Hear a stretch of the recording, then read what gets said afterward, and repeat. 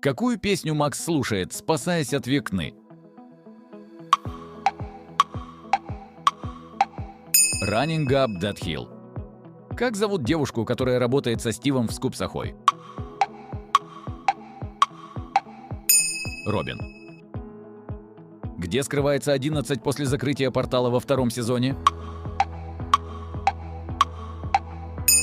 У Хоппера.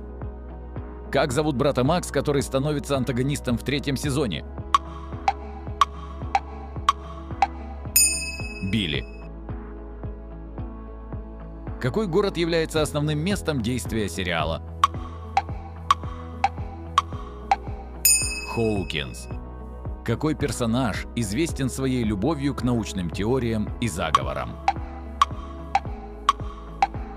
Мюррей. Кто первым находит вход в подземные туннели во втором сезоне?